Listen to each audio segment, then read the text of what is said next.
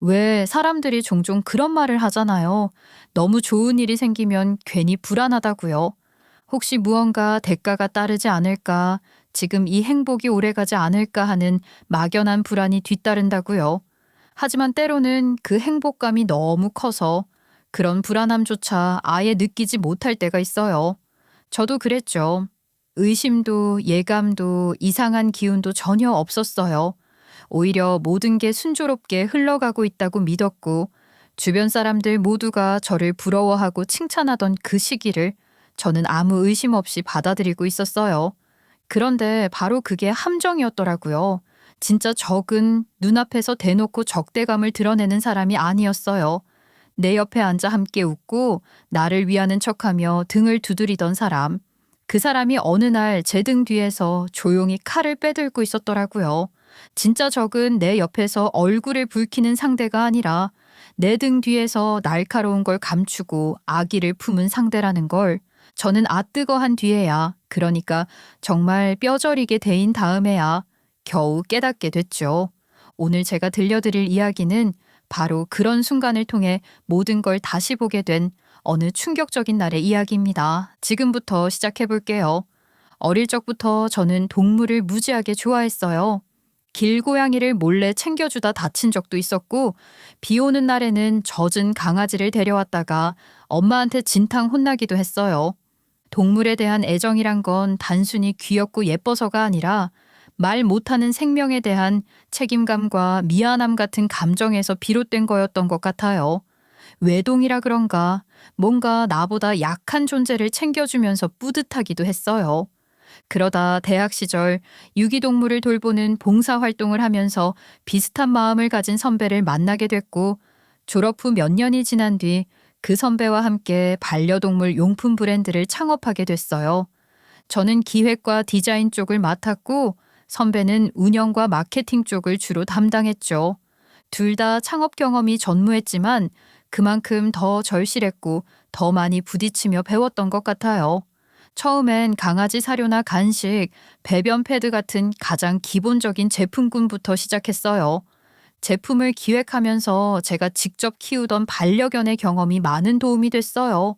실제로 강아지를 키우면서 느꼈던 아쉬움이 하나둘씩 제품 아이디어로 이어졌고, 사용자 입장에서의 편의성과 안전성을 가장 중시했죠. 저희 브랜드에서 처음 출시했던 배변 패드는 원단이 좀 비쌌지만 흡수력도 좋고 냄새 차단이 뛰어난 원단이었거든요.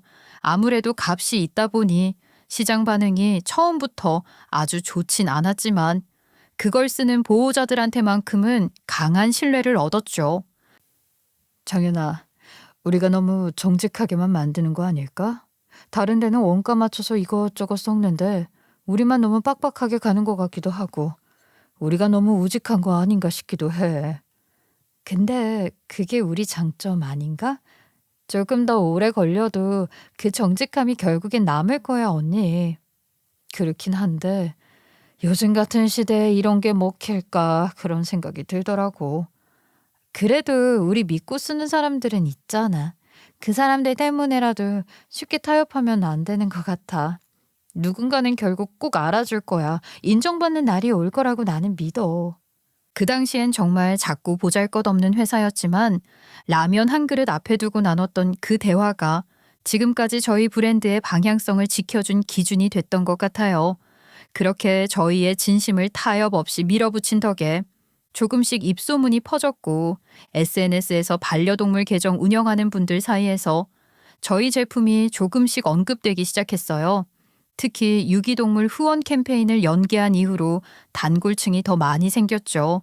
어떤 제품을 구매하면 일정 금액이 유기동물 보호소에 자동 기부되는 구조였는데, 이게 동물을 정말 사랑하는 분들 마음을 움직였던 것 같아요.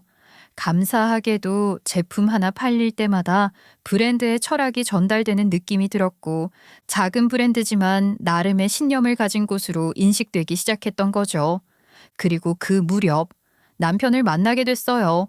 회사에 다니는 남편은 유기견 임시 보호 경험도 있고 봉사활동도 오래 해왔던 사람이었어요. 일 때문에 알게 된 사람인데 그런 마음 때문에 더 잘 통했던 것 같아요. 특히 구조된 강아지 얘기를 하며 눈가가 촉촉해지는 걸 보며 마음이 가더라고요. 처음엔 브랜드 쪽 일로 몇 번 만나 회의하듯 이야기를 나눴고 그러다 점점 사적인 얘기도 주고받게 되었어요. 연락은 자연스럽게 잦아졌고 어느새 일 얘기보다 하루 일과를 나누는 대화가 많아졌어요. 오늘도 퇴근길에 길고양이 밥 챙기고 왔어요. 한 녀석은 이제 아예 자리 잡았나 봐요. 밥 시간만 되면 쪼르르 나와요. 아, 진짜요? 귀엽겠다. 이름은요? 아직 고민 중이에요. 밥 먹을 때 쩝쩝거리길래 쩝쩝이로 할까 생각 중인데. 쩝쩝이요? 너무하다. 그렇게 서로의 사소한 일상을 공유하면서 감정이 깊어졌고 정식으로 사귀기 시작한 건 그리 오래 걸리지 않았어요. 남편도 남편이지만 더 놀라웠던 건 그 가족이었어요. 남편은 평범한 회사원이었지만 시간은 유기동물 보호소를 운영하고 있었고 그 보호소는 거의 전 가족이 운영하는 셈이더라고요. 시모와 시숙, 시누이가 셋이서 같이 운영하는 보호소였죠. 아휴, 요즘 사료 후원이 줄었어요. 지난달에 소형견 사료가 모자라서 근처에서 급하게 구매했는데 가격이 좀 비싸더라고요. 필요하면 저희 브랜드에서 일부 지원해드릴 수도 있어요. 샘플로 남은 물량이 있거든요. 정말요? 아유, 그럼 너무 고맙죠. 저희가 쓰는 양이 꽤 많아서요. 잉여 재고라도 상관없어요. 시누이는 보호소의 SNS 계정을 운영하고 있었어요. 매일매일 유기동물의 근황, 치료 상황, 입양 공지까지 올리는 일을 도맡고 있었고 자칫 감정 소비로 힘들 수 있는 일까지 묵묵히 해내고 있었어요. 이 강아지 어제 증상을 수술했는데 마취 풀리고 나니까 완전 천사처럼 굴어요. 이따가 사진 한 장 올려야겠어요. 사진 정말 잘 찍으시던데요. 피드 감성도 예쁘고. 그쵸? 감성으로 가야 더 많은 분들이 봐주시더라고요. 입양률이 다르니까요. 시모는 늘 보호소 여기저기를 돌며 환기 청소 사료 체크까지 다 하셨고 입양 상담 때는 조용하지만 따뜻하게 이야기를 이어가셨어요. 저는 시모의 그런 모습에 깊이 감동했어요. 세상이 복잡할수록 조용한 선함이 더 크게 와닿는 법이니까요. 이 아이는 좀 예민한 편이에요. 낯선 소리에 놀라서 짖는 경우도 많고요. 혹시 집에 어린아이가 있다면 조금 더 고민하셔도 좋아요. 저희는 둘 다 직장 다니고 아이는 없어요. 아이고, 그러면 더 좋겠네요. 천천히 친해지시면서 분명히 아주 좋은 친구가 될 거예요. 그런 시가의 분위기와 따뜻한 사람들을 보면서 저는 결혼을 결심했던 것 같아요. 연애 기간이 그리 길지는 않았지만 이 사람들과 함께라면 어떤 일이든 버틸 수 있겠다는 확신이 있었어요. 이렇게 동물을 사랑하는 사람들이라면 믿을 수 있겠다는 생각을 했던 거죠. 결혼을 얼마 앞두고부터는 저희 브랜드는 시가가 운영하는 보호소와 콜라보를 본격적으로 시작했어요. 입양 축하 패키지라는 컨셉의 상품을 기획했고 보호소에서 입양을 결정한 가족들에게 저희가 준비한 패키지를 선물처럼 전달했어요. 패키지 안에는 소형 사료, 기능성 간식, 천연 성분 샴푸, 귀여운 이름표, 그리고 입양 축하 카드까지 정성껏 구성했죠. 이 캠페인은 입양 가족들 사이에서 반응이 좋았고 SNS에서도 입소문이 나기 시작했어요. 이거 받고 진짜 너무 감동했어요. 보호소에서 이렇게까지 챙겨줄 줄 몰랐거든요. 덕분에 강아지 첫날이 정말 특별했어요. 그런 분들의 한마디 한마디가 너무 힘이 됐어요. 브랜드 이미지에도 큰 도움이 되었지만 저는 그보다 그 말 자체가 더 고마웠어요. 한 생명의 시작에 저희 브랜드가 함께할 수 있다는 그 사실이 모든 고된 시간을 보상해주는 느낌이었거든요. 저는 제가 남편과 시가 사람들을 알게 된 게 내 인생의 복이라고 생각했어요. 단순히 좋은 인연을 만난 걸 넘어서 진심과 따뜻함이 살아있는 사람들과 함께할 수 있다는 그 자체가 저를 더 나은 사람으로 만들어주는 것 같았어요. 제 삶이, 제 브랜드가, 그리고 제가 사랑하는 이 공동체가 그 따뜻한 신념 안에서 단단히 연결되어 있다는 확신이 들었죠. 결혼 준비는 원만하게 진행됐어요. 저희 집안이 형편이 조금 더 여유롭기도 했고 부모님께서 너희 둘이 돈 아끼며 고생할 필요 없다며 결혼 후 살 집을 해주시기로 했거든요. 원래 저희 부모님은 어떤 조건을 따지고 나서지 않는 성격이셨지만 제 인생의 중요한 결정이니만큼 마음을 많이 써주셨어요. 그런데 시간은 그 이야기를 듣고 조금 부담스러웠나 봐요.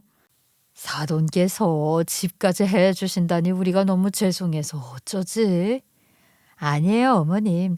부모님이 해주고 싶으셔서 그러신 거예요. 맘 쓰지 마세요, 어머님. 아니다. 그래도 그게 아니지. 그러면 우리가 예물 반지라도 해주마. 그거라도 해야지 안 되겠다. 아니에요, 아니에요. 정말로 신경 안 쓰셔도 돼요, 어머님. 아유, 그건 아니지. 우리 식구가 되는 건데 예의는 지켜야지.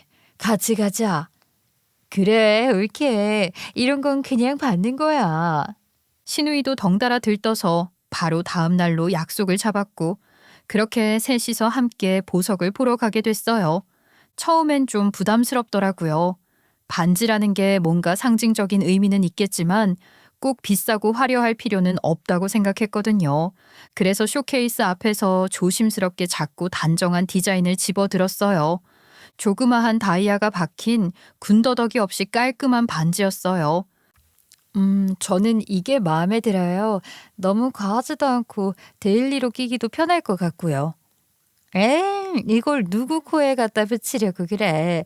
이건 손에 끼면 보이지도 않겠다. 원래 반지는 좀 알이 큼지막해야 돼요. 그래야 손가락이 예뻐 보이거든. 옳게 헐리우드 스타들 파파라치 이런 거 못 봤어? 다이아가 이땀씩 커서 이렇게 좀 반지가 돌아가줘야 그게 또 멋이거든. 근데 저는 이 손이 좀 작아서 너무 크면 좀 부담스러울 것 같아서요. 그 부담을 어머님이 기꺼이 져주신대요. 걱정 말고 그러세요. 그렇게 신우이는 금세 굵직한 다이아가 박힌 반지를 집어들었고 매장 직원도 옆에서 맞장구를 쳤어요. 고객님이 손이 워낙 하얗고 가느셔서 이 디자인이 훨씬 잘 어울리세요. 다이아 크기도 적당해서 어느 각도에서나 빛을 잘 받아요. 그래, 너한테 참 잘 어울린다. 너무 과하지도 않고 이 정도는 해줘야지. 결국 저는 시모와 시누이의 손에 이끌려 조금 큰 다이아몬드 반지를 손가락에 끼워보게 됐고 거울 앞에서 제 모습을 확인했을 땐 솔직히 좀 어색했어요. 반지가 손 위에서 반짝일수록 그 낯선 느낌이 더 커졌거든요. 하지만 동시에 그 반지가 전해주는 상징성 같은 게 묘하게 제 마음을 울렸던 것 같아요. 이건 네가 우리 가족이 된다는 상징 같은 거야. 단지 반지가 아니라 마음을 담아주는 거니까 잘 간직해 주렴. 감사해요, 어머님. 그 말을 듣고 나서 저는 고개를 숙여 연신 감사합니다를 반복했어요. 반지라는 물건이 이렇게까지 묵직하게 다가올 수 있는지 그날 처음 알았어요. 그건 단순히 보석이 아니라 제가 이제 새로운 가족의 일부가 된다는 걸 아주 또렷하게 보여주는 물건이었거든요. 옳게 이제부터 손으로 뭐 먹을 때 요 반지는 꼭 보여지게 들어. 커피잔 들 때도 반지 낀 손으로 들고 인증샷 찍을 때도 꼭 왼쪽 반지부터 찍는 거 잊지 말고. 형님 너무 부담스러워요. 저한텐 너무 큰 거라 아직도 좀 어색어색해요. 아이, 무슨 소리야. 올케가 예쁘니까 반지가 더 예뻐 보이는 거지. 반지가 큰 게 아니라 올케가 잘 소화하는 거야.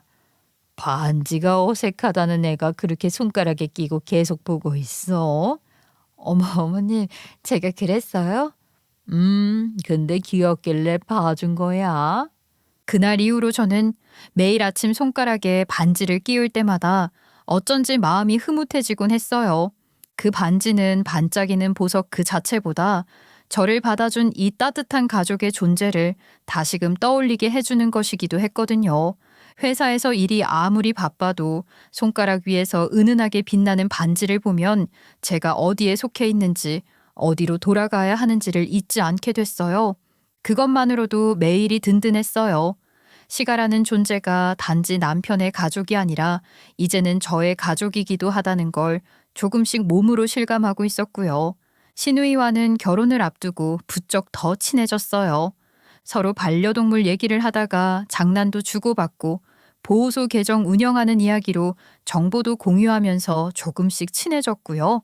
가끔은 시모가 직접 만든 유기농 쿠키를 회사에 보내주시기도 했어요. 바쁜 와중에도 그런 정성이 따뜻하게 느껴졌죠. 일하느라 점심도 거르는 것 같던데 이거라도 챙겨 먹어라. 어머님 손맛은 진짜 최고예요. 쿠키도 고소하고 안에 들어간 건 뭔가요? 아맛이 조금 넣었어. 여자 몸에 그렇게 좋다더라. 그런 대화를 주고받는 동안 저는 제 인생이 정말 괜찮은 방향으로 흘러가고 있다는 생각을 했어요. 모든 게 완벽하지는 않았지만 분명 따뜻한 사람들이 제 곁에 있었고 저는 그 사이에서 감사함을 잊지 않으려고 애썼어요. 손가락 위에 반지처럼 그 마음도 매일 잊지 않고 꺼내보려고 했고요. 그런데 결혼식을 몇 주 앞두고 한창 정신없던 어느 주말이었어요. 저는 지방에서 열린 펫페어에 참가 중이었고 일정이 빠듯해서 하루 종일 행사장에서 강연하고 제품 상담하고 부스 정리까지 하느라 몸도 마음도 지친 상태였죠. 집에 돌아가는 건 이틀 뒤였고 당장 다음 날도 오전에 일정이 잡혀 있어서 일찍 자야겠다 싶어 호텔 침대에 누워 막 불을 끄려던 참이었죠. 그런데 그 순간 남편한테서 전화가 왔어요.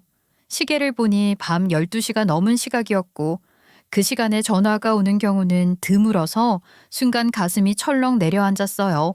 전화를 받자마자 들려온 남편의 목소리는 완전히 상기돼 있었어요. 아이, 진짜 어떡하면 좋아. 보호소에 불이 났대. 지금 형이랑 누나가 현장에 가고 있어. 나도 곧 출발해. 뭐라고? 무슨 불? 어디서 왜? 자세한 건 모르겠어. 일단 보호소 옆 창고에서 불이 났다고 했고 지금 구조 중이래. 나도 가는 중이야. 도착하면 다시 연락할게. 그 짧은 통화에 저는 말을 제대로 잊지도 못하고 핸드폰을 들고 멍하니 침대에 앉아 있었어요. 머릿속이 하얘졌고 손끝은 덜덜 떨렸어요. 혹시 안에 있던 동물들은 어쩌지? 다 대피는 했을까? 미처 빠져나오지 못한 아이들은 없을까? 별의별 생각이 다 머리를 스쳐 지나갔어요. 마음 같아서는 당장 짐 싸서 뛰쳐나가고 싶었지만 다음날 오전에 잡혀있던 중요한 일정 때문에 그럴 수도 없었어요. 결국 속만 까맣게 타들어갔죠. 새벽 내내 뒤척이다 겨우 잠들었고 아침이 되어서야 남편에게서 다시 연락이 왔더라고요. 다행히 최악은 면했어. 창고에서 전기 합선 때문에 불이 시작된 모양인데 다행히 형이 근처에 있다가 바로 출동해서 동물들은 전부 밖으로 대피시켰대. 아, 진짜야? 아무도 다친 애들 없고? 창고 일부랑 뒤편에 사무동 한쪽 벽이 좀 불탔고 연기 조금 마신 애들이 있긴 한데 다 구조됐다고 했어. 엄마랑 누나도 괜찮대. 다들 그냥 좀 지쳐서 그렇지 큰일은 없대. 그 말을 듣는 순간 그나마 다행이라는 안도감에 눈물이 핑 돌았어요. 그래도 무사하다는 소식만으로도 숨이 좀 쉬어졌어요. 남편 목소리도 전날보다 훨씬 진정돼 있었고 저도 마음을 진정시켜 다음 날 일정을 마치자마자 곧장 보호소로 향했어요. 보호소에 도착하자 가장 먼저 눈에 들어온 건 그을린 벽이었어요. 창고 쪽 외벽이 시커멓게 타 있었고 임시로 비닐이 덧대어진 공간 안쪽에서 강아지 몇 마리가 낯선 환경에 불안한 듯 웅크리고 있었어요. 곳곳에 탄 자국이 남아 있었고 나무 울타리는 뜯긴 채 쌓여 있었죠. 시모는 검은 마스크를 쓴 채 쓰레기 봉투를 정리하고 있었고 시숙은 창고 옆 철제 지붕을 해체하느라 땀에 흠뻑 젖어 있었어요. 모두 한마디 말도 없이 묵묵히 손을 움직이고 있었는데 그 모습이 어찌나 안쓰럽고 마음 아프던지요. 어머님 괜찮으세요? 병원은 다녀오셨어요? 난 괜찮아. 연기 조금 마신 거 말고는 별일 없었어. 병원에서 흡입 정도만 확인하고 약만 받아왔어. 아, 정말 다행이에요. 그래도 이렇게 바로 나와서 일하시면 어떡하세요? 좀 쉬셔야죠. 아휴, 쉬는 건 나중에 해도 돼. 지금은 우리 애들 안정을 찾게 해준 게 먼저지. 입양 예정이던 애들도 어제 이후로 밥도 안 먹고 있어서 이 애들이 걱정이지. 시숙은 땀을 닦으며 중얼거리듯 말했고요. 불이 난 게 창고라 진짜 천만다행이야. 아예 만약에 메인 보호동이었으면 생각만 해도 아찔해. 그러게 말이야. 우리 애들 다 잃을 뻔했어. 아우, 너무 끔찍해. 바로 옆에서 신우이가 강아지 배변 패드를 갈다가 갑자기 눈물을 훔쳤어요. 말없이 눈을 훔치다 고개를 돌렸는데 그 모습이 정말 애전하더라고요. 얘네들 어젯밤에 다 놀고 있었어. 연기 때문에 기침하는 애들도 있었고 몇 마리는 아예 구석에서 안 나오더라고. 입양 가기 전날이라 목욕 싹 시키고 정리해놨던 애들이었는데. 아, 형님, 다시 정리하고 또 시작하면 돼요. 그래도 아이들이 안 다쳤으니까 얼마나 다행이에요. 맞아. 애들 하나라도 다쳤으면 난 정말 못 살았을 거야, 옳게. 신우이는 조용히 눈물을 훔쳤고 다시 한번 헝클어진 강아지 털을 조심스럽게 빗기 시작했어요. 그렇게 며칠 동안은 보호소에서 다들 분주한 시간 속에서 회복을 시작했어요. 몇 날 며칠이 지나고서야 신우이와 시숙은 보호소 공식 SNS 계정에 화재 관련 후원 공지를 올렸어요. 현장 사진, 탄 자국이 남은 벽, 불안에 떨고 있는 동물들 사진과 함께 복구를 위한 작은 도움을 요청하는 글이었죠. 이거 올리는 거 솔직히 너무 마음이 아파. 이렇게까지 보여줘야만 하는 게 싫었어. 그래도 지금은 우리가 도와달라고 말할 수밖에 없어. 더 늦기 전에 손 써야 돼. 게시물이 올라가자 소식이 빠르게 퍼졌고 그 아래에는 어떻게 도울 수 있나요? 계좌 알려주세요. 우리 회사에서도 물품 보낼게요. 같은 댓글들이 줄을 이었어요. 후원금은 하루 만에 많이 모이기 시작했고 보호소에 필요한 물품 지원도 쇄도했어요. 저희 브랜드 쪽으로도 메일이 오기 시작했어요. 이 보호소에 기부를 연계해 주실 수 있나요? 구매한 제품의 일정 금액을 이쪽에 기부되게 해주시면 좋겠어요. 같은 제안들이었어요. 브랜드 SNS에도 공지글을 올렸고 저희 제품 중 일부의 수익을 보호소 복구에 쓰겠다는 캠페인을 시작했어요. 많은 고객들이 그 캠페인에 동참해 주셨고 브랜드 계정 DM으로 이 보호소 제가 입양한 곳이에요. 정말 좋은 곳이에요 라며 응원 메시지를 보내주신 분들도 있었죠. 언니, 이번 수익은 기부로 돌리는 거 어때? 따로 요청하지 않아도 고객들이 알아서 구매하고 있고. 그래야지. 우리가 이 브랜드를 왜 시작했는데? 여긴 우리가 도와야 할 곳이잖아. 브랜드 이름으로 기부하자. 고마워, 언니. 정말 고마워. 저희는 바로 브랜드 명의로 후원 계좌에 일정 금액을 송금했고 후원 물품으로는 브랜드에서 보관 중이던 간식 세트, 신제품 샴푸, 배변 패드까지 묶어서 큰 박스를 준비했어요. 다행히 그 마음들이 모여 보호소는 다시 일어설 수 있었고 저도 그 한가운데서 가족이라는 단어의 무게를 다시 한번 느끼고 있었어요. 그리고 얼마 뒤 결혼식 날이 됐죠. 화려하진 않았지만 저희 두 사람의 진심을 담아 조촐하게 치렀어요. 양가 가족들과 가까운 친구들만 초대한 소박한 자리였고 웨딩홀의 꽃장식도 과하지 않고 아기자기한 분위기로 꾸몄죠. 앞으로 내가 당신 꼭 지켜줄게. 그러니까 당신은 내 옆에서 그냥 웃기만 해. 우리 꼭 행복하게 살자. 그렇게 결혼식을 마치고 저희는 바로 제주도로 신혼여행을 떠났어요. 혼인신고도 미뤄둔 채 그냥 며칠 동안은 아무 생각 없이 쉬자는 약속이었고 공항에서부터 둘 다 거의 녹초였죠. 제주도에 도착하자마자 체크인한 호텔로 들어가 짐만 대충 풀고는 그대로 침대 위에 널브러졌어요. 간단히 룸 냉장고에서 꺼낸 맥주 한 캔을 각자 들고는 기울어진 눈으로 서로를 바라봤죠. 맥주는 맛있는데 왜 이렇게 피곤하지? 결혼식장에서 너무 웃어서 그래. 광대 근육이 다 부었나 봐. 얼굴이 아직까지도 얼얼해. 그렇게 맥주를 비우고 남편이 먼저 일어나 샤워하러 들어갔어요. 저는 침대에 누워 TV를 틀었는데 몇 초도 지나지 않아 눈이 감겨버렸어요. 무거운 이불 덮은 것처럼 몸이 나른했고 그렇게 저는 그대로 잠이 들고 말았죠. 그런데 잠시 뒤 잠결에 이상한 진동 소리에 눈이 떠졌어요. 조용한 호텔방 안에서 계속 진동이 울리더라고요. 처음엔 그냥 모르는 번호겠거니 하고 무시하려 했는데 몇 번이고 울리는 진동이 점점 귀에 박히는 느낌이었어요. 무심코 남편의 핸드폰을 들었고 손가락이 스피커 버튼을 눌렀을 때 들려온 목소리는 믿을 수가 없었어요. 아무 말도 하지 말고 듣기만 해. 5분 뒤에 들어간다. 넌 화장실에서 그냥 모른 척 있어. 계획대로 강도처럼 들어갈 거니까. 그 순간 머릿속에서 피가 확 빠져나가는 기분이었어요. 목소리는 낮게 깔려 있었고 말투는 익숙했어요. 잠결이라 파악은 안 됐지만 그 목소리는 낯설지 않았어요. 그리고 몇 초 후 정말로 누군가 문을 따고 방 안으로 들어오는 소리가 들렸어요. 순간 저는 반사적으로 침대에서 굴러떨어지듯 내려와 커튼 뒤에 몸을 숨겼죠. 마음은 쿵쾅대고 있었고 숨소리조차 내면 안 될 것 같았어요. 방 안으로 들어온 사람은 복면을 쓰고 있었지만 입을 열자마자 저는 확신했어요. 인연 씨, 인연 어딨어?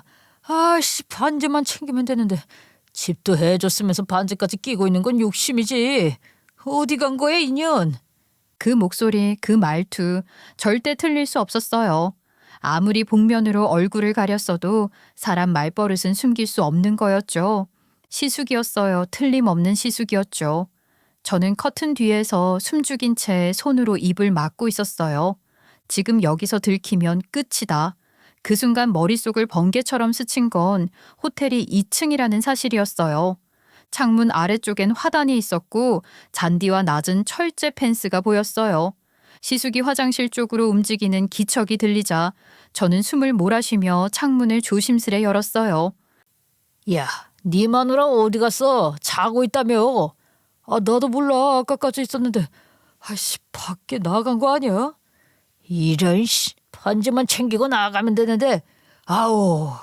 그 대화가 들려오는 순간 저는 그대로 창문 틀을 잡고 바깥으로 몸을 내밀었어요. 심장은 귀까지 쿵쾅거렸고 손바닥에는 땀이 줄줄 흘러내렸어요. 아래를 다시 한번 확인하고는 그대로 뛰어내렸어요. 땅에 떨어지는 순간 발목에 순간적인 충격이 있었지만 다행히 다친 데는 없었어요. 화단 사이로 몸을 숙여 숙소 뒤편으로 돌아나가 큰 길까지 미친 듯이 달렸어요.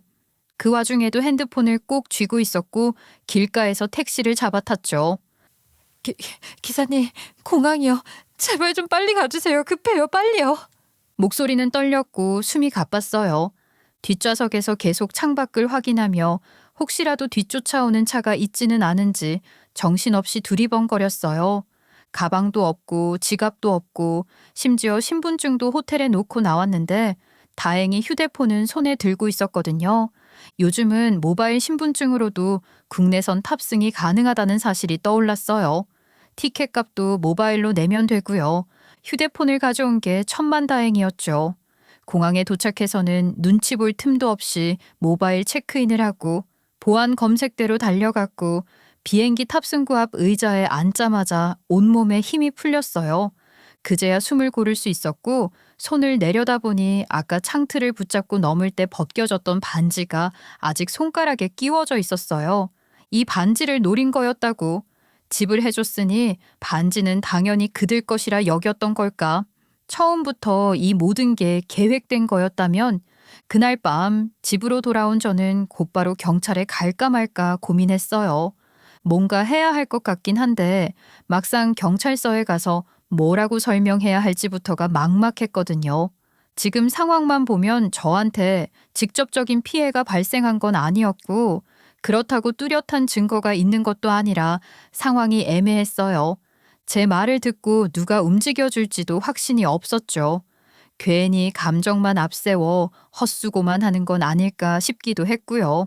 그런데 가만히 생각하다 보니 저를 찾으러 왔던 시숙이 아마 신우이와 통화를 하는 듯 했던 말이 머릿속을 스쳐 지나갔어요. 그땐 상황이 너무 급박해서 흘려들었는데 다시 떠올리니 그 말들이 기묘하게 소름 끼치게 다가왔죠. 아, 그러니까 어디 간 거야 인연이. 아, 그러니까 이게 누구 때문인데. 불을 지르려면 좀 작게 질렀어야지 미친년아. 아우, 이 김에 그 개새끼들도 확 팔아버리든가 해야지. 아이 몰라. 일단 2년부터 찾아서 다이아부터 팔고. 불을 지르려면 작게 질렀어야지. 개새끼들을 팔아버리자고 말이 너무 생생하게 기억났어요. 처음엔 그저 시숙 특유의 험한 말버릇이라고 넘겼는데 다시 생각해보니 그 말이 의미하는 게 너무나 명확하게 느껴지더라고요. 만일 불을 일부러 질렀던 거라면 목적은 오직 하나, 후원금. 그러고 보니 가만히 생각해보면 이상한 점이 한두 개가 아니었어요. 보호소에선 늘 후원 물품이 부족하다고 말했어요. 사료가 모자란다, 의약품이 필요하다, 건물도 수리할 돈이 없다. 그런데 정작 외부에서 들은 이야기로는 꽤 많은 액수의 정기 후원금이 꾸준히 들어오고 있었거든요. 특히 저희 브랜드에서도 몇 차례나 고액 후원을 보낸 적이 있었고 저 외에도 유명한 후원자들이 적지 않았어요. 그 많은 후원금이 다 어디로 간 걸까? 그땐 그냥 관리가 엉망인가 했지만 이제는 분명 알 수 있었죠. 누군가가 돈을 빼돌리고 있었던 거예요. 생각이 여기까지 미치자 제가 제주도에서 사라졌다는 걸 알고 집으로 돌아오기 전에 뭔가라도 증거를 찾아야겠다는 생각이 들었어요. 우선 남편의 노트북을 열어보기로 했어요. 처음엔 비밀번호를 몰라 로그인을 몇 번 실패했는데 키보드 특정 부분만 유난히 달아있는 게 보이더라고요. 그걸 토대로 몇 가지 숫자 조합을 조심스레 입력했는데 몇 번 만에 열리는 거예요. 심장이 순간 덜컥 내려앉았죠. 노트북이 열렸다는 안도감보다 이제 진짜 뭐가 나올지 모른다는 공포가 더 컸던 것 같아요. 바탕화면에는 파일 폴더 몇 개가 있었어요. 보호소 기금 정리, 기부자 내역, 입양동물 리스트 같은 이름이 적혀 있었고 저는 덜덜 떨리는 손으로 하나하나 열어봤어요. 거기엔 정말 상상도 못한 것들이 들어있었어요. 메일 첨부 파일, 스캔한 계약서, 엑셀로 정리된 내역들. 정리해보면 이랬어요. 후원자들에게 받은 돈을 본래 보호소 계좌가 아닌 남편 쪽 지인의 명의로 된 계좌로 이체한 내역이 있었고 그 계좌로부터 다시 남편이나 시숙, 시가 가족 명의의 계좌로 자금이 분산된 정황이 있었어요. 보호소 운영비로 쓰인 흔적은 거의 없고 고가의 소비 내역이 몇 건씩 찍혀 있었죠. 뿐만 아니라 보호소에 있던 개들이 정식 입양 처리된 것처럼 꾸며놓고는 사실은 불법 번식장으로 팔아넘긴 송장까지 있었어요. 입양 간 걸로 처리된 아이들의 실명과 보호번호가 붙어 있었지만 그 뒤에 붙은 이동 경로나 수기 메모에는 다른 시 외곽 주소와 용도, 교배라는 문구가 적혀 있었어요. 그걸 보는 순간 어찌나 소름이 돋던지 심지어 그날 불이 났을 때 제출한 청구서도 정리돼 있었는데 그 안에는 원래 보호소 자산보다 부풀려진 동물 수와 구조 비용 내역이 포함돼 있었고 멀쩡했던 물품들까지 소실된 걸로 허위 작성된 흔적이 있었어요. 이건 그냥 횡령이 아니잖아. 이건 완전히 사기야. 심지어 동물학대까지. 불쌍해서 어떻게 이 아이들. 컴퓨터 화면 앞에서 너무 소름이 돋고 놀라 숨을 헐떡였어요. 아무리 그래도 이건 너무 심하잖아요. 아무리 욕심이 많다고 해도 살아있는 생명을 이렇게 돈벌이로 이용하다니. 그러면서 그렇게 착한 척, 좋은 일을 하는 척 해왔다니. 저는 곧장 파일들을 USB에 옮겨 담았어요. 손끝이 덜덜 떨렸지만 그걸 챙겨 들고 바로 집을 나서 경찰서로 향했죠. 다행히 늦은 시간이었지만 근무 중인 형사 몇 분이 계셨고 저는 미리 정리해 놓은 내용과 함께 차분히 상황을 설명드렸어요. 지금 말씀하신 내용이 전부 사실이라면 이건 단순한 민원 수준이 아닌데요. 횡령, 사기, 보험 사기, 그리고 동물보호법 위반까지 관련자들 진술까지 확보되면 충분히 수사 들어갈 수 있어요. 증거 자료들 다 가져오셨죠? 네. 여기 다 있어요. 그리고 저 아직 이거 외에도 더 있을지도 몰라요. 이 사람들 제가 생각했던 것보다 훨씬 더 조직적으로 움직이는 것 같아요. 저는 보호소에 있었던 화재 사건도 함께 확인해달라고 요청했어요. 사실 제가 처음 시가 사람들에게 들은 얘긴 단순한 누전 사고였거든요. 오래된 건물이라 그런 일이 생겼다고 하며 다들 별일 아닌 것처럼 넘겼고 심지어 시숙은 웃으며 화재 보험이라도 드러났으니 다행이지 같은 말까지 했었어요. 그땐 그냥 그 특유의 철없는 말버릇이라고 넘겼지만 지금 상황에서 다시 떠올리니 너무 노골적이고 의도적인 말로 들렸죠. 경찰은 제 요청을 받고 화재 당시 상황을 확인해 줬어요. 관련 부서에 확인해 본 뒤 담당 형사가 제게 돌아와 말했죠. 보소 화재는요, 처음 접수될 땐 누전으로 보고됐어요. 근데 정식 감식 보고서 보니까 실제로는 누전이 아닌 걸로 나왔습니다. 라이터 같은 인화물질 흔적이 발견됐고요. 이게 근처에 CCTV도 없고 목격자도 없어서 명확한 방화범은 특정 못했지만 자연 화재가 아니라는 건 명확해요. 그럼 실수든 고의든 사람이 낸 불이라는 거네요? 맞습니다. 흔히 말하는 인재죠. 다만 아직 누가 했는지는 알 수 없지만 타이밍이나 정황상 감은 오네요. 그 말을 듣는 순간 저는 정말로 확신이 생겼어요. 이건 단순한 사고가 아니었고 돈을 노리고 일부러 불을 지른 거였어요. 불이 났던 날의 상황, 시숙이 했던 그 전화 통화, 보호소에서의 이상한 낌새들까지 전부 하나로 맞춰졌어요. 더 이상 망설일 이유가 없었고 곧장 형사에게 말했어요. 신고하겠습니다.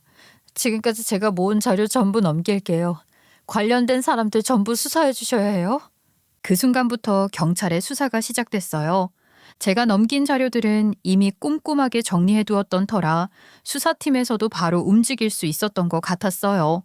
그리고 그 다음 날 경찰은 시가 사람들 전원을 불러 조사하기 시작했어요. 소환된 명단엔 시모, 시숙, 신우이, 그리고 남편까지 모두 포함돼 있었죠. 며칠 뒤 담당 형사에게서 연락이 왔고 저는 경찰서에서 조용히 조사 결과를 전해 들었어요. 형사는 제게 프린트된 몇 장의 자료를 보여주며 말했죠. 말씀하신 대로였습니다. 보호소 운영진 중 일부는 유기동물 중에서 혈통이 좋거나 건강 상태가 좋은 아이들만 선별해서 번식장으로 넘겼고요. 나머지 애들은 입양됐다고 허위 기자하거나 실종으로 처리했어요. 죽은 걸로 꾸민 경우도 있었고요. 이거는 명백한 동물보호법 위반이자 사기입니다. 그럼 불은요? 보호소에 난 불은요? 불은 보험금을 노린 고의적인 방화였습니다. 화재 전에 보험 증액을 했더군요. 그리고 불이 난 구역은 전기계통과 관련 없는 장소였어요. 아예 마당 쪽 사료 창고부터 시작이 됐고 불이 난 시간대에도 이상한 점이 많습니다. 이거 아주 치밀하게 계산된 범행이에요. 말문이 막혔어요. 아이들을 아끼고 보호하고 있는 줄로만 알았던 그 보호소에서 이런 일들이 벌어지고 있었던 사실이 너무 끔찍했어요. 그리고 더 끔찍했던 건 그 모든 더러운 계획에 내 남편도 깊이 엮여 있었다는 사실이었죠. 남편분도 조사했는데요. 직접적으로 운영에 가담한 정황은 없지만 보호소 자금이 남편분 계좌로도 일정 부분 흘러들어갔어요. 자금 세탁에 일부 가담한 정황 포착됐습니다. 남편마저 이제 와서 알고 보니 저한테 사준 그 반지를 산 돈도 전부 그런 식으로 모은 자금에서 빠져나온 거였어요. 처음부터 저한테 잘 보이려던 것도 저희 브랜드를 이용해 후원금 끌어내려는 목적이었겠죠. 그리고 이제 와선 그런 식으로 받은 걸 강도를 위장하고 쳐들어와 제게서 다시 뺏어가려던 거였고요. 결국 경찰은 시숙, 신우이, 시모 모두에게 사기, 동물보호법 위반, 보험 사기, 방화교사 혐의로 정식 입건 결정을 내렸고 남편 역시 자금 세탁 혐의로 불구속 상태에서 조사를 받게 됐어요. 그 뒤로 동네에 소문이 퍼지는 건 순식간이었어요. 평소엔 사람들 앞에서 봉사활동 좀 해봤다며 우쭐대던 시가인간들이 그렇게까지 추악한 짓을 벌였다는 게 알려지자 주변 사람들은 말 그대로 난리가 났습니다. 아니, 그 집 인간들 그렇게 착한 척하더니 아이고 진짜 정 떨어진다. 애완동물 보호한다더니 돈 벌어먹을 생각이었어. 그 옆편에 교회 나가서 맨날 기도한다던데 기도를 그렇게 했디야. 불이나 지르고 불쌍한 동물도 괴롭히게 해달라고 기도했나 봐요. 앞으로는 진짜 그런 말도 못 믿겠어. 봉사 어쩌고 하면 다 의심부터 들 것 같다고. 진짜 못됐지. 걔한테 그런 짓을 해? 취임석만도 못하네. 길 가던 사람들도 쑥덕거리고 시모는 시장에서 계란 맞을 뻔했다는 소문도 들렸고 시숙은 골목에서 주먹 다짐까지 벌였다고 하더라고요. 신우이는 친구들 모임에서 완전히 왕따가 됐다더니 급기야 SNS 계정까지 탈퇴하고 잠적했고요. 남편도 다르지 않았어요. 그나마 체포는 안 됐지만 영업 쪽 일이라 사실상 업무에서 손을 뗐다고 하더라고요. 그 집안 전체가 하루아침에 나락으로 떨어졌다는 말이 전혀 과장이 아니었어요. 그리고 저는 이 모든 사안의 핵심 내부 제보자로 공식 등록되었어요. 경찰은 저를 보호 대상자로 지정했고 이후 조사는 신원보호에 진행됐어요. 처음엔 그저 위험해서 도망치려 한 것뿐이었는데 결과적으로는 이 잔혹한 진실을 드러내는 열쇠가 된 거였어요. 어떻게 보면 아이러니했죠. 저를 궁지로 몰아넣던 인간들이 자기들의 손으로 던져놓은 증거들에 걸려 스스로 나락에 빠져버린 셈이었으니까요. 처음엔 왜 이런 일들이 나에게 일어나는가 싶었지만 이제는 오히려 그들의 진짜 민낯을 보게 된 게 다행이라는 생각이 들 정도였어요. 이혼도 순조롭게 마무리됐어요. 처음엔 남편 측에서 재산 분할을 걸고 넘볼 줄 알았는데 경찰 조사 결과가 공개되자 입장이 확 바뀌더라고요. 변호사끼리 조율하는 과정도 매끄럽게 흘러갔고 남편 본인도 자꾸 드러나는 자신의 과오를 더 이상 부인할 수 없었는지 결국 별다른 소란 없이 협의에 응했어요. 이혼 서류에 도장을 찍던 날 마주 앉은 남편의 얼굴은 한때 함께 웃고 살던 사람이 맞나 싶을 정도로 낯설고 초라했어요. 그렇게 제 결혼 생활은 모두 끝이 났어요. 신뢰도 기대도 믿음도 모두 산산조각이 난 채로 말이죠. 전씨가 사람들은 각각 다른 혐의로 정식 입건돼 재판에 넘겨졌어요. 전 시숙과 신우이 그리고 시모는 후원금 유용과 공문서 위조, 동물학대 및 동물보호법 위반 혐의까지 더해져 징역 1년 6개월형을 선고받았고 집행유예 없이 바로 수감됐어요. 변호인단에서 온갖 감형 전략을 내놨지만 동물 관련 단체들의 탄원과 제보자 진술들이 더해지면서 판사는 단호한 판결을 내렸죠. 전 남편은 최종적으로 횡령 및 사기 공모 혐의로 벌금형을 선고받았고 형량 자체는 가볍게 보일 수 있었지만 재판 과정에서 명백하게 범죄 공모자라는 명시가 붙었기 때문에 사회적으로는 더 이상 회복할 수 없는 이미지 타격을 입었죠. 동네 평판은 말 그대로 바닥까지 떨어졌고 문제는 거기서 그치지 않았어요.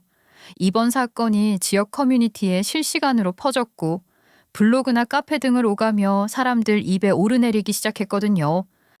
아니 세상에 그 보호소가 그런 데였다니? 난 진짜 동물 구하려고 후원한 건데 그 돈으로 명품 사고 차 뽑았다잖아요. 제가 거기 후원한 게 얼만데 저 정식으로 고소할 거예요. 우리 후원금도 다 돌려받아야죠. 그놈들 배불리라고 낸 돈은 아니잖아요. 그렇게 집단 고소 움직임까지 보이기 시작했죠. 결국 보호소는 공식적으로 폐쇄됐고 그동안 거기서 학대당했던 동물들은 전부 보호단체를 통해 구조돼 다른 안전한 보호소로 옮겨졌다고 했어요. 동물병원에서 치료받고 있는 아이들도 많았고 일부는 새 입양처를 알아보고 있다더군요. 경찰은 보호소 내부 영상과 자산 목록, 동물 개체 수에 대해 추가 조사를 진행하면서도 최대한 아이들이 받을 충격을 줄이기 위해 신속하게 처리하고 있었어요. 그리고 저는 정리를 모두 마친 후 본격적으로 우리 반려동물 브랜드 운영에 전념하기 시작했어요. 사실 처음엔 우려도 있었죠. 어쨌든 한때 시가 사람들과 엮였던 전력이 있는 데다 관련 사건이 워낙 파장이 컸으니까요. 하지만 감사하게도 소비자들은 제 진심을 알아봐 주셨어요. 대표님 응원하고 있어요. 브랜드 믿고 계속 주문할게요. 그런 일이 있었을 줄 몰랐네요. 하지만 진짜 실체를 밝힌 건 대표님 덕분이잖아요. 감사합니다. 저희 브랜드는 원래부터 후원과 판매를 철저히 분리하고 있었어요. 기업이 사회적 활동을 하는 건 좋지만 그게 마케팅 도구처럼 이용되면 안 된다는 생각이 늘 있었거든요. 그래서 사료 후원, 유기동물 지원 등의 프로그램은 회사 홈페이지나 SNS에 따로 홍보하지 않고 조용히 진행해왔어요. 반대로 그런 자세가 소비자들에게 진심으로 다가간 것 같았어요.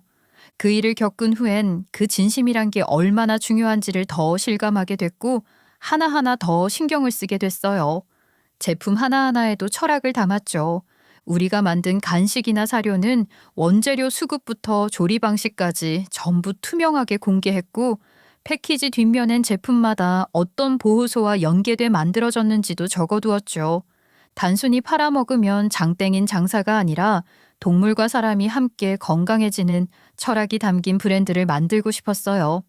그리고 지금은 함께 브랜드를 이끌고 있는 팀과 전국 보호소에 사료와 물품을 후원하는 일을 정기적으로 진행하고 있어요. 기존의 보호소 네트워크를 다시 정비하고 이번 사건을 계기로 후원처 검증 시스템도 새로 마련했어요. 이제는 진짜 좋은 곳에만 후원하고 싶어요. 말로만 하는 곳 말고 실제로 동물들한테 시간과 손을 내주는 그런 곳이요. 그래서 이번에 리스트에 새로 추가된 보호소도 일일이 실사 갔다 오셨던 거예요?